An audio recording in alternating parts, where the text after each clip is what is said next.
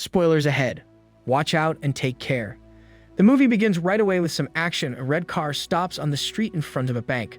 Three professional robbers, Buddy, Darling, and Griff, get out of the car and rush into the bank. The getaway driver is a young man who is called Baby. He waits in the red car while the robbers do their dirty work in the bank. One thing you need to know about Baby is that he is a melomaniac. He listens to the song Bell Bottoms and has a great time. A few moments later, the robbers return to the car and Baby does his job. He drives them away while listening to the song with his headphones blaring. He drives around the city and tries to lose the police, who follow them from all sides. Baby's driving skills are of a very high standard. This can be seen when he drives evasively through many obstacles in his path. Soon a police helicopter joins the chase and Baby reaches two red cars. The three pass under a bridge and Baby tricks the police by switching places with a car. Baby manages to get away, enters a parking lot, switches cars, and escapes. Later, Baby gets coffee for the whole team while listening to Harlem Shuffle. He takes the coffee and enters a building with the robbery crew where their employer, Doc, an insightful man, is waiting for them. Doc splits the robbery money while Griff asks Doc why Baby constantly listens to music. Griff tries to intimidate the young man, but Baby ignores him. Eventually, they each take their share and leave. Doc takes most of Baby's share to repay his debt. He gives him $10,000, a pair of gloves, and a new disposable phone. He tells him he will call him soon for another job. Baby goes home where he lives with a foster father named Joseph. Baby keeps his share of the stolen money hidden inside the floorboards.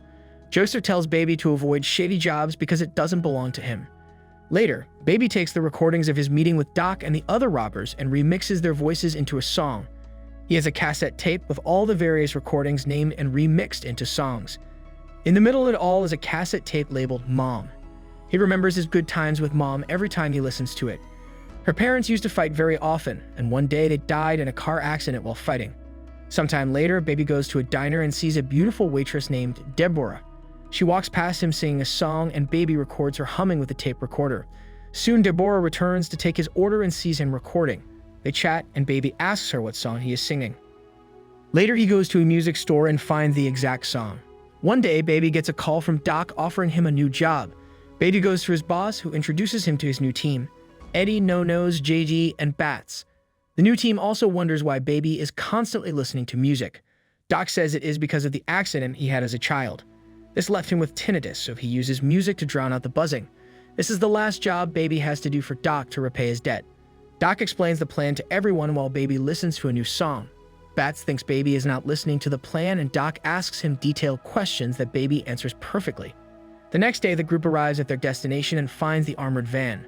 Baby waits in the car listening to a song while the others go to rob it. Bats kill the guard of the van and then go back to the car. Baby escapes, but in the process, a Marine starts following them in his van.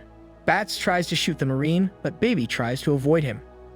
In a moment, Bats is about to shoot the Marine, but Baby pulls back to prevent the madman from killing him. Baby drives down the highway tracks, losing the crashing Marine. The group gets stuck in traffic, so they abandon the car and steal another car from a woman with a baby. Gigi says he lost his rifle, but they can't turn back. Baby leads the gang to a parking lot, and they change cars again. Bats is upset because Baby purposely made him miss the Marine shot. Baby denies it, and then they return to Doc to split their shares. Surprisingly, Baby sees only Bats and Eddie, so Doc gives Baby his share of the profit and asks him to get rid of JD's dead body in the car's trunk. Apparently, the police would get to JD because of his gun, so they had to get rid of him. Baby takes the car to the junkyard and wrecks it, but then has flashbacks to his childhood. Baby goes to the usual diner where Deborah works. They chat about songs, and when Deborah learns his name, she cannot believe it is actually Baby. Later, they leave the diner and go to a laundromat. They chat more about themselves, and he tells her about his hearing problems after the accident when he lost his parents. Baby takes Joseph's advice and finds a normal job. He gets hired as a pizza delivery boy and starts hanging out with Deborah more and more often. One night, Baby takes Deborah to a fancy restaurant and in the process notices Doc. He approaches him and Doc offers to ask him to work for his other robberies. Doc threatens Baby to harm Deborah and Joseph if he refuses. The next day, the Doc takes Baby to a post office to plan his next robbery.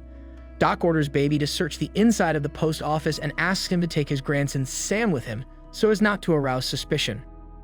When Baby and Sam enter the post office, the protagonist scores the place for cameras, windows, customers, and open clerks. Surprisingly, Sam lists to him how many cameras, windows, and employees the office has. They then interact with a friendly cashier and return to the car to report the details to Doc. Later, Baby calls Deborah at the diner and asks her to run away with him. Baby goes to meet Doc to plan the new robbery, and there he sees Buddy, Darling, and Bats. In doing so, Doc goes against his personal code of not using the same crew for more than one heist. Doc explains their plan for the post office and asks the gang to buy new weapons from the butcher, an arms dealer. They drive to the meeting place, but on the way, Bats asks Baby to stop at a store. When they stop, Darling tells her boyfriend that Bats looks at her strangely and makes her feel uncomfortable. Buddy asks if she wants him to kill him, but Darling does not want him to do so before the robbery. Later, the gang reaches the warehouse and the butcher shows the gang guns and rifles. Suddenly, Bats shoots the butcher and a gunfight ensues. During this, Darling is shot in the arm and Bats is on a rampage. They then leave the warehouse and Bats throws a grenade inside a car, blowing up the whole place. Bats tells the gang that those were cops and they did the right thing. On the way back, Bats asked Baby to stop the diner. Baby knows that Deborah is still working and refuses. Nevertheless, Bats forces him to stop. When they enter the diner, Deborah sees Baby worried and takes orders without letting them know she knows him.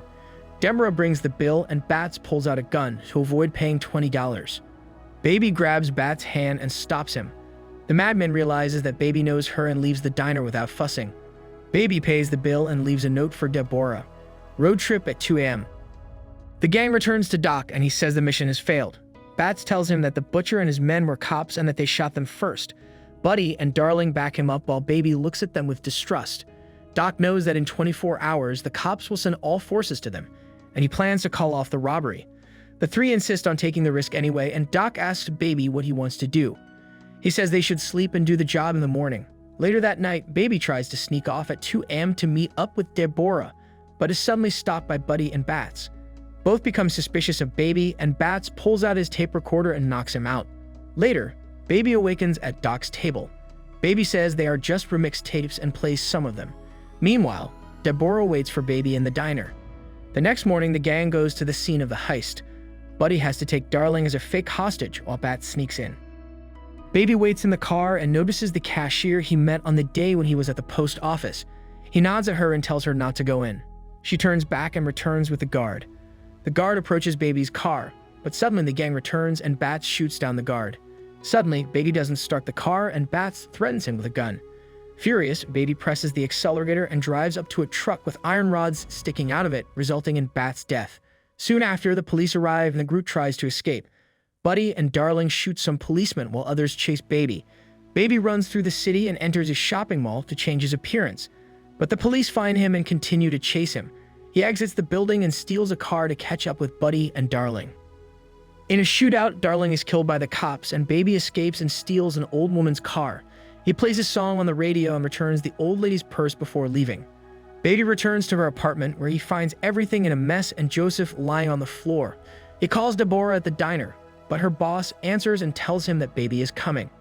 He then takes all of his money inside the floorboards and takes Joseph to a nursing home. Finally, he apologizes to his foster father for disappointing him and leaves while the police are still looking for him. Baby immediately goes to the diner to get Deborah and sees Buddy sitting inside. He wants Baby to pay for having Darling killed and threatens to kill Deborah. At one point, a policeman enters the diner and goes to the bathroom. Buddy is distracted by another waitress, and suddenly Baby grabs his gun and shoots him. When a policeman approaches Buddy and asks him if he's okay, Buddy shamelessly shoots him. Baby calls Doc from a payphone, and the man tells him not to call him again. The couple steals a car from two hippie boys and then goes to Doc's house. Baby asks Doc to return the boxes to him in exchange for the money stolen from the post office. Doc initially refuses, but then sees that he is with Deborah and agrees to give him the tapes. He also gives him some money to escape the country. When they get off the elevator, they see the butcher's men who want to kill him. Doc shoots them, but eventually, he gets a bullet. Suddenly, Buddy arrives in a police car and runs Doc over. After that, he chases Baby. Baby fires a few shots and jumps over Buddy's car. Baby and Deborah jump into Doc's car, and Buddy starts chasing them. Soon after, Baby pushes the other's car over the edge of the railing and knocks it over. Baby gets out of the car to see if Buddy is dead, but the latter appears from the side with a gun. Buddy shoots around Baby's ear to deafen him. Deborah hits him from behind to make him drop the gun. While Buddy is busy with Deborah, Baby picks up the gun and shoots him in the leg. Buddy falls over the car that fell earlier and dies. The next morning, Deborah and Baby set out on a trip and suddenly see a police blockade on the bridge ahead. She tries to run away, but Baby stops her. He kisses her, gets out of the car to surrender to the police. Baby is tried for the thefts. The cashier at the post office and the lady whose car Baby stole all testify on Baby's behalf. They all regard him as a non-threatening person. The judge sentences him to 25 years in prison with a possibility of parole in 5 years. While in prison, Baby receives letters from Deborah about the places they plan to visit when he gets out of prison. After 5 years, Baby finally gets out of prison and is reunited with Deborah. The end. Thank you for watching. Subscribe if you'd like to see more videos like this. Turn on the notifications and leave a like to help the channel out.